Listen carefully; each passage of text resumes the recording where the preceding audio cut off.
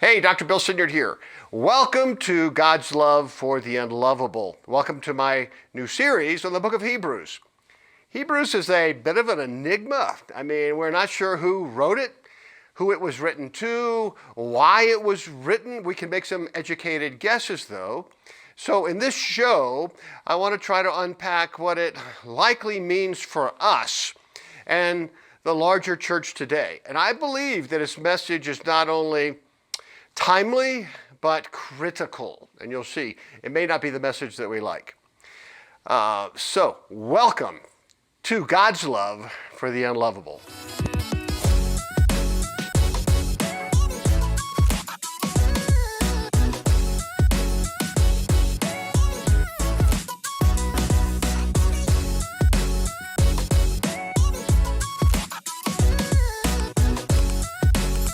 All right, let's roll up our sleeves and get going.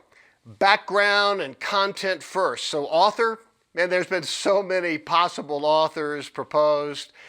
We can be pretty sure that the author is male. In 11 verse 32, he writes, "For time would fail me to tell of Gideon, Barak, and so on." The me to tell is middle masculine participle, so that narrows the field down to about half the population of males. So let the speculation begin. Historically, many have proposed Paul, but it's just not likely. First, if you just did a blind test with 5 Greek graduate students and give them a huge portion of one of Paul's letters, blind, right, and then a large portion of Hebrews, it would be unanimous that they weren't written by the same hand. Paul's letters are epistles, grace and peace to you. Hebrews is a sermon, it's a homily, it's a rhetorical masterpiece made to be read aloud. It's got poetic structural devices such as chiasms and alliteration everywhere. Paul, he's known for run-on sentences and eine clauses, the in order that, just on after on after on. In Athens, the Greek philosophical elites called Paul a seed picker, kind of a dumb bird who's just kind of bouncing around the ground picking at seeds, right? Hebrews, it's just not likely it's written by Paul. Second reason is the author of Hebrews calls Timothy his brother in the faith, as 13:23. Paul refers to Timothy as his son, 1 Corinthians 4:17. Third reason, the author of Hebrews says that he received the gospel from the apostles, those who followed Jesus.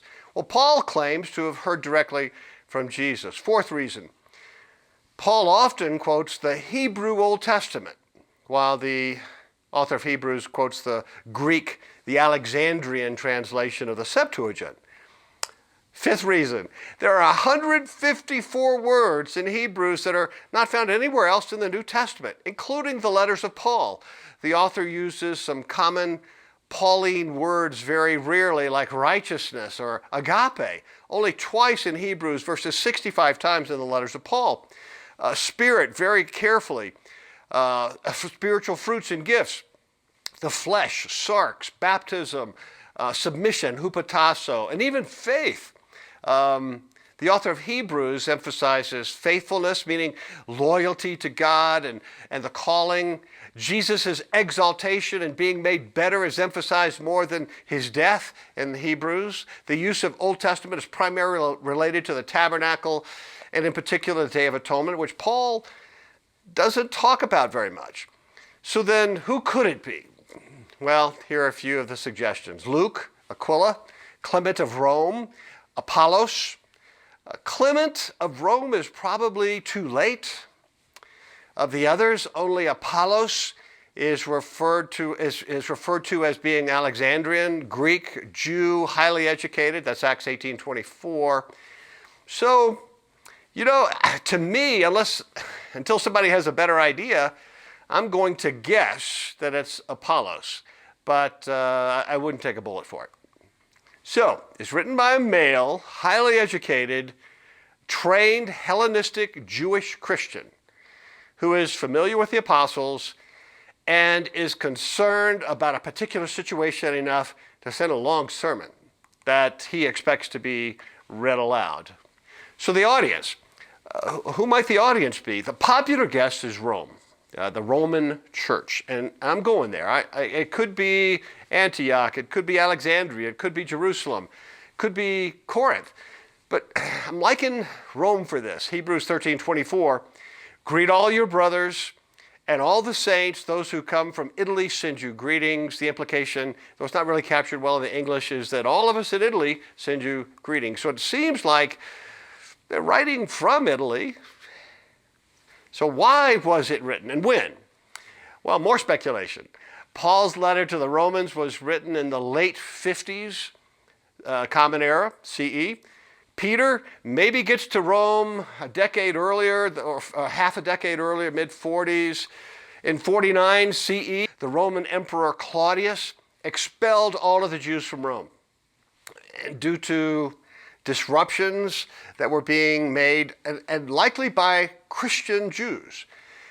The reference is they were being led by Chrestus, which some people believe was Jesus. They were so worked up about Jesus, they were letting people know it was causing quite a disruption in Rome.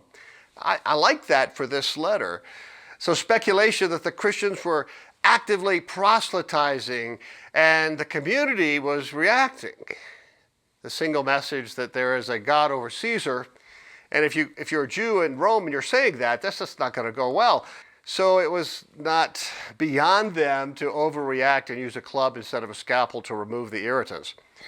So that is when Priscilla and Aquila were forced to leave Rome. They ended up in Corinth in the maybe early 50s. Priscilla and Aquila became friends of Paul and valued associates, Romans 16, 3-4. And in Corinth, they met, here we go, and discipled a man named Apollos. So based on all of that, let me propose a date, such a guess, and a situation that could have initiated such a letter from the author of Hebrews. So maybe this sermon was composed by Apollos, sometimes after 54, but before the violent persecutions under Nero in the late 50s. So somewhere between 54 and 59 or 60. Paul's epistle was there as well. Aquila and Priscilla would have been in Rome with Apollos, maybe. And they saw the state of the Christian church there, that they left, right? The persecution of Nero hasn't yet begun in earnest, so few had died for the faith yet, but they will soon.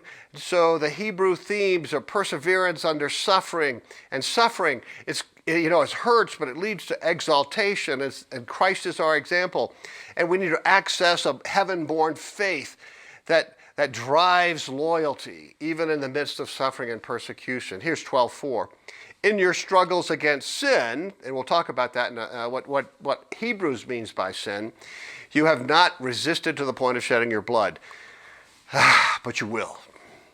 So the main point is that the Church of Christ in Rome, only 20 years after Jesus' death and crucifixion, and maybe only 10 years after the church began in Rome, had already begun to drift.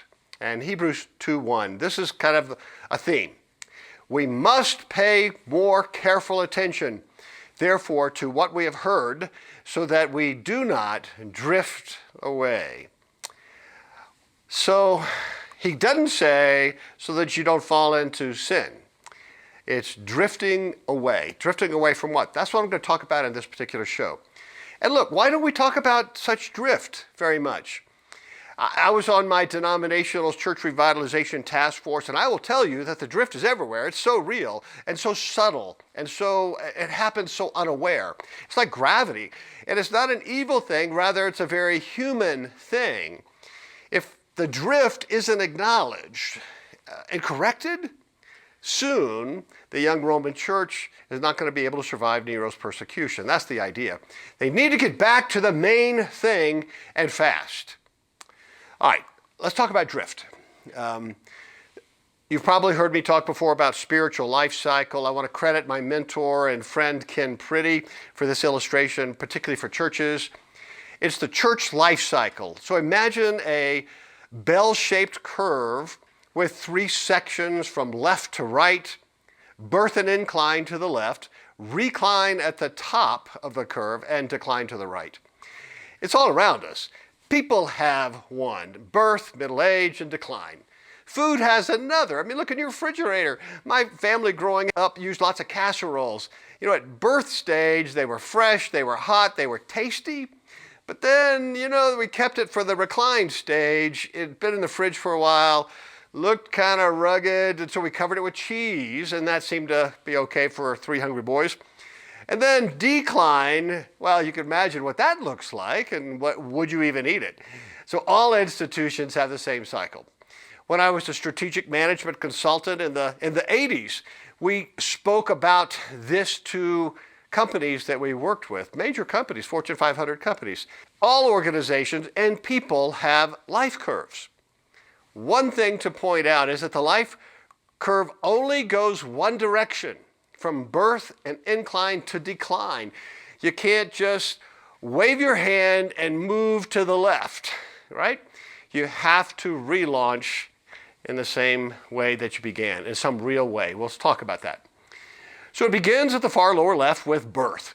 For churches, this is that magical time when Christians gather together, excited Christians with a shared mission, a lot of commonality, and to reach the community. That's the point with Jesus.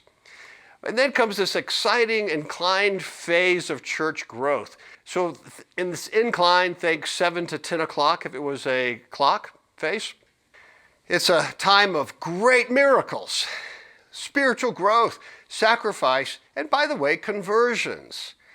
They prioritize telling their neighbors about Jesus, what he said, what he did, how he did it, his death on the cross, his resurrection, and what all that means and means to us today. Right? In the book of Hebrews terms, they make neighbors hear God's final and most perfect word, Jesus. Everything else is second place, second tier. Churches on the incline major on this. So the life cycle begins with Jesus, Jesus, Jesus, and shifts then to programs at the recline, and then to our church institution, building, heritage, staff, when we slide into decline. So Jesus, Jesus, Jesus, which shifts to programs, which shifts to the institution, the church, the building, the heritage, and the staff. You can see how things change. And it's not just evangelism, meaning message. So as we experience Jesus' spirit in our inner being, we begin to manifest his innate DNA a little bit, right? His, not ours. And what I mean by that is we become other-oriented during the incline phase, even though it costs us, even though it's sacrificial. And we talk about sacrificial relationships. God's love is always other-directed. And so inclining churches are typically more other-oriented than churches in recline and decline. And by the way, that includes social justice issues, feeding the poor, healing, casting out demons, punishing inequities and injustices, because it's all about Jesus and what he came to do for beat up, underachieving, lonely, unlovable, unloved, misrepresented people. So then the cycle goes from being sacrificially other-oriented to, it shifts to being more self-focused, right? So other-oriented, Jesus, Jesus, Jesus, to a little more self-focused in recline. Inclining churches tend to also listen to God. So God, this is what some of the leadership meetings sound like. God, what do you want us to do?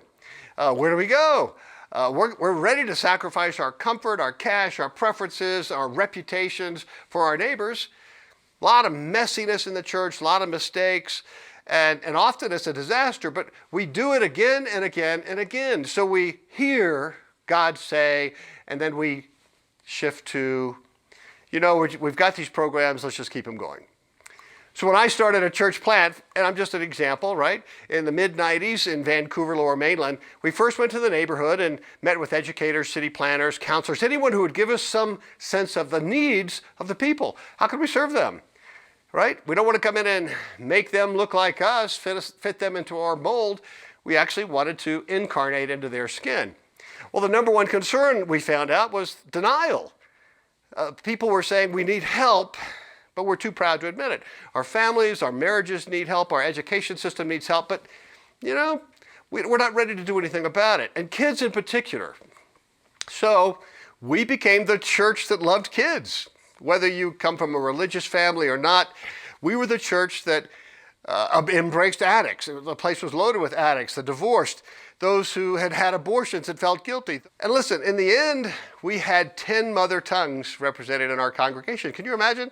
We had vacation Bible schools for children that included twice as many children as we had congregants. Unbelievers and believers. We had, in one case, a heroin-addicted daughter of the local First Nations chief. She came to our VBS. She brought her troubled crack cocaine baby. Much to the dismay of her father, she was welcomed, she was unjudged, the boy thrived, and she had never heard about Jesus, not like we were saying. And look, our drive and focus was on our new friends and neighbors hearing about the real Jesus and their lives getting shaken up and renewed just like we had been. So we went from being very flexible in incline, and then it shifted to being program and highly structured in recline and decline. Incline churches have very little repeated programming other than worship. Look, if you can organize something that our neighbors will come to and we get to know them and we can talk about Jesus, graciously, it's fantastic. We don't have to do it again. We don't have to do it next year. So it's very task-oriented, other-oriented. So what happens when persecution comes along for an incline church? Well, incline churches consider it a badge of courage. It's kind of expected, right? Jesus was persecuted, so was Paul, Peter, you name it. It seems that if we're doing this right, there's going to be persecution from this fallen world. We had a witch come and curse us. We heard her saying death to the children, and when we confronted her, she ran out the door. And so what did we do? Well, we gathered all the children, we counted them up, and then we went, oh my goodness, we win. Our God is so much bigger. We held hands and thanked God for his love and protection. We weren't stupid, right? We did have a bit of a bring it on mentality when it came to persecution in the gospel. So at this stage, there was very little chatter about, hey, what about me? What about my family? What about my preferences? The kind of music I like? It was all about the neighbors. You see? That's a church on the incline. It's other focused. It's visionary. It's obsessed with living Jesus and being filled with his Spirit. It's all about the unchurched. It's all about them.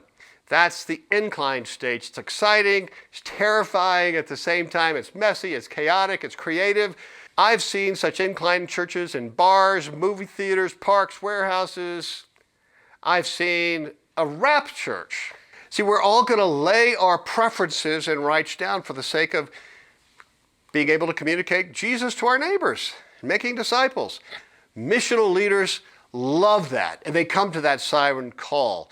Ministry capacity booms, is wildly creative. Creativity is ridiculously high. Experience of the pleasures of the calling of God is off the chart. And so forget budgets. If you have an opportunity, pray to God and see if it comes with cash in from somewhere. It's pretty risky, lots of fun, and you make lots of mistakes.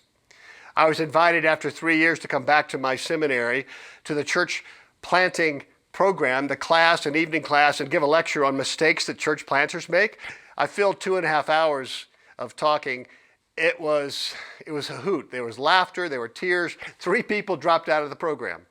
It was a special evening. So in the incline phrase, evangelism is done by everyone, not just the professionals, and it's usually pretty personal, intimate. So forget some carefully constructed mantra, some bridge, some 4 steps. It's intimate. Hey, can I tell you about what Jesus did for me, where he found me, and what I'm learning and how I've changed? It's less theological and more testimonial. So when Jesus found me, but then he touched me and made me feel loved. Let me tell you what that means and how it affected my relationships. I can't explain it all, but it's so real. Do you want some of that? Right? People give to inclining churches because it seems like a good investment. There's high growth, there's conversions. The return on investment is obvious as the kingdom grows. And growth is largely through conversion versus transfer growth. right? So intimate, personal testimonies that cost you something, it shifts to more packaged theological, evangelistic approach, and then it shifts to the professionals primarily do that. So conversion to transfer, growth to no growth at all, and decline. Let me talk about recline. So we're at 10 o'clock on the curve, and entropy happens. Recline, organization happens. It's not bad. It's not evil. It just is. The subtle shift is from being all about them to wait, what about us and our family? And that's only reasonable, right? So shift from Jesus is for them to what about me? I need programs for me. So it's a shift from the chaotic in the incline stage to focus to more organizational, repeatable programs for those in the core congregation. There is also the beginning of a shift from conversion growth to transfer growth. I mean, the stories are going around about people being changed at this church. It's exciting, and so Christians start coming from other churches, so there's a lot of transfer growth, and those people come with needs and preferences. Look, it makes sense. We generally don't want mess and constant change for very long. It's just brain science. So people, even Christians, have a tendency towards self. Augustine referred to it as curvatus in se, the self turned in upon itself. No judgment, me too. So in recline, the congregations begins to push for some of their own preferences to be considered too. And it is reasonable, right? You know, what about our family? Shouldn't we have a youth group? What about worship and music and the like? So there's a subtle shift. Not evil, very human, to inward. I mean, again, no judgment. It just makes sense to me. Me too. So we're in recline around 10 to 2, the peak of the curve, Perkin pretty. Recline is the life cycle stage when the church's ministry capacity levels off, as the church does more or less the same ministry year after year at the same levels of quality and quantity. You have programs. So you organize a staff, you set time for worship, a style of worship, how many times a month we do communion, how we do communion, we set up an office, a place to worship every week. We agree upon a budget and begin to guard the budgeted items. So we have less flexibility to try to do something that God may throw in our way just out of the blue, because we ask, is it in the budget? And that becomes a guiding principle. We focus more on satisfying the needs and desires of those who have come and less on the needs and desires of those who haven't come, them, right? Budgets maximize as the church grows. Programs and staff become well funded. Annual meetings, at least at the beginning of Recline, are a lot of fun. And the vision statement on the website refers to the Great Commission, but you know what? It's evident less in the community, to tell you the truth. It's a good church. It's an enviable church. People come. It's a successful, comfortable church. The professional pastors are crazy busy and will tend to burn out, but their week is kind of repetitious and even cyclical, Sunday to Sunday, right? More time with the members of the congregation, regular order, subtle shifts from, we're experiencing the height and width and length and depth of the love of Christ right now towards more of a functional view of Christianity, less focus on experiencing Jesus personally and more about knowledge of Jesus. And both are good. Transfer growth begins to outpace conversion. The church is less messy, to be sure. The congregation more and more relies on the professional staff to do witnessing and evangelism. People have a testimony, but it's usually about something that happened in the distant past. It's a memory, right, instead of what God is doing right now, today, and tomorrow. Members are encouraged to give, to be providers, keep the programs going. Programs are good, you need to keep giving, so tithing. If you don't provide, we can't have a youth pastor, right? Annual meetings become a little more business-like, and the message suddenly is immersed in guilt. We got to keep this going. We made commitments. This is what we do. And now budgets rule, right? So what happens when a reclining church is persecuted? Well, it needs to be managed, right? It's no longer a badge of courage. It's a disruption that has to be managed. In consulting, we call this minimizing contingencies, meaning no one likes surprises. So some will leave. Towards the end of recline and the beginning of decline, there's a growth of internal dissatisfaction and bickering. I've never seen this fail. toxic silos pop up. Silos are small groups of people in your church who are tight-knit and share common identities based upon a shared value or preferences, maybe a shared enemy, shared desires for certain practices or rules that will fix the problem however they see the problem, at least in their toxic view of things. They typically have a lightning rod individual who implicitly demands loyalty from their group and their interest. So the loyalty is absolute and a priority. It's us versus them kind of mentality. And they speak to the current church leadership as, I speak for many people, that kind of thing, right? And if you're not for us, you are against us. I can tell you story after story. That gets us into decline stage, 2 o'clock and beyond. Per Pretty, decline is the life cycle stage when the church's ministry capacity just decreases. Less and less ministry is done year after year with execution, more and more compromised, yielding both a qualitative and quantitative loss. So in decline, the me-focused shift becomes even more dramatic. Now our people are thinking more about ourselves because the church is shrinking. So there's anxiety, there's finger pointing, there's silos. We aren't looking at the present or the future. We're going back and remembering the great times of the past.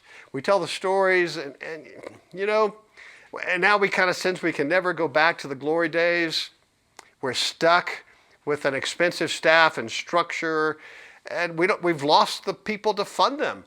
We wonder about what God thinks of us. Is he disappointed? Should we be ashamed of ourselves? Is it our fault?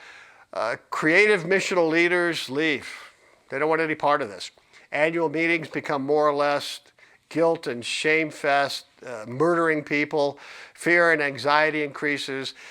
And now you have to survive, so you cut things back so you can lengthen the runway before you have to turn off the lights. Negative growth, meaning you shrink.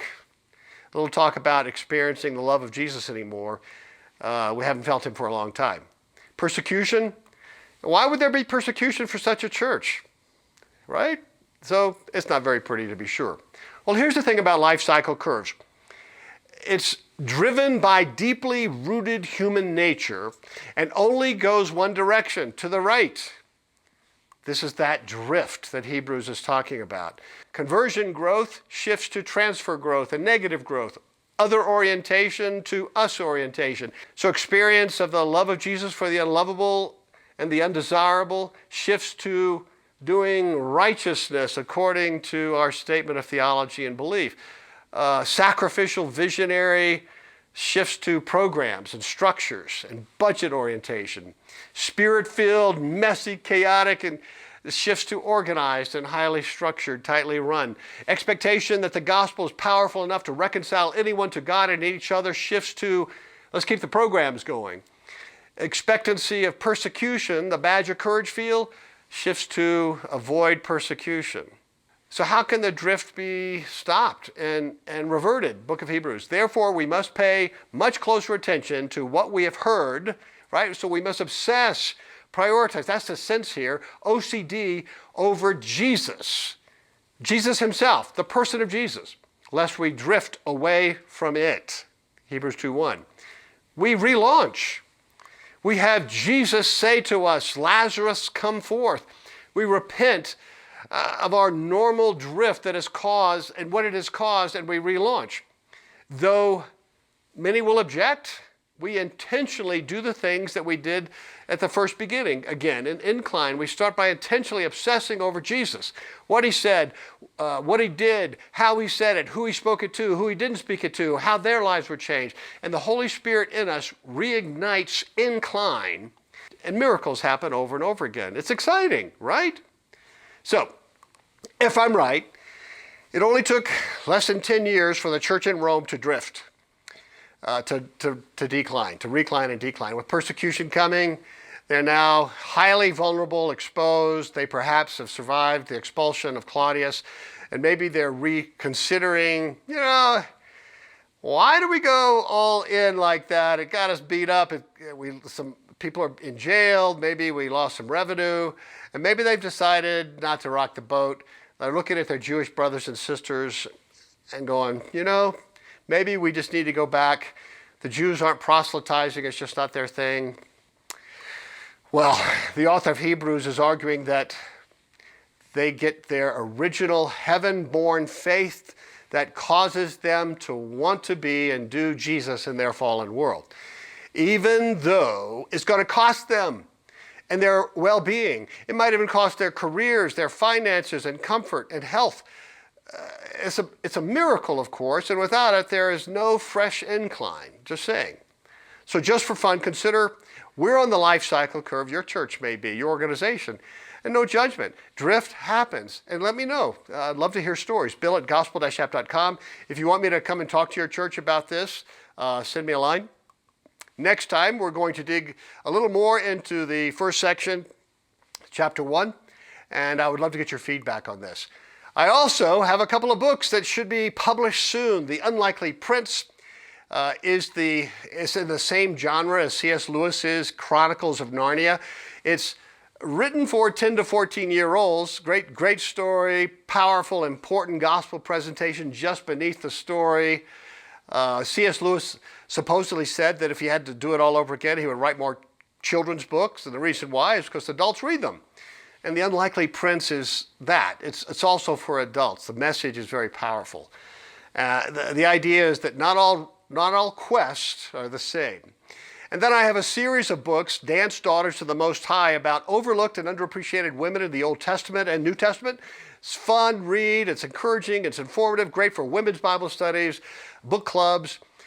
These are the heroines of our faith that have been overlooked. We need to hear their story. Send me a note, bill at gospel-app.com, to find out when they're coming out.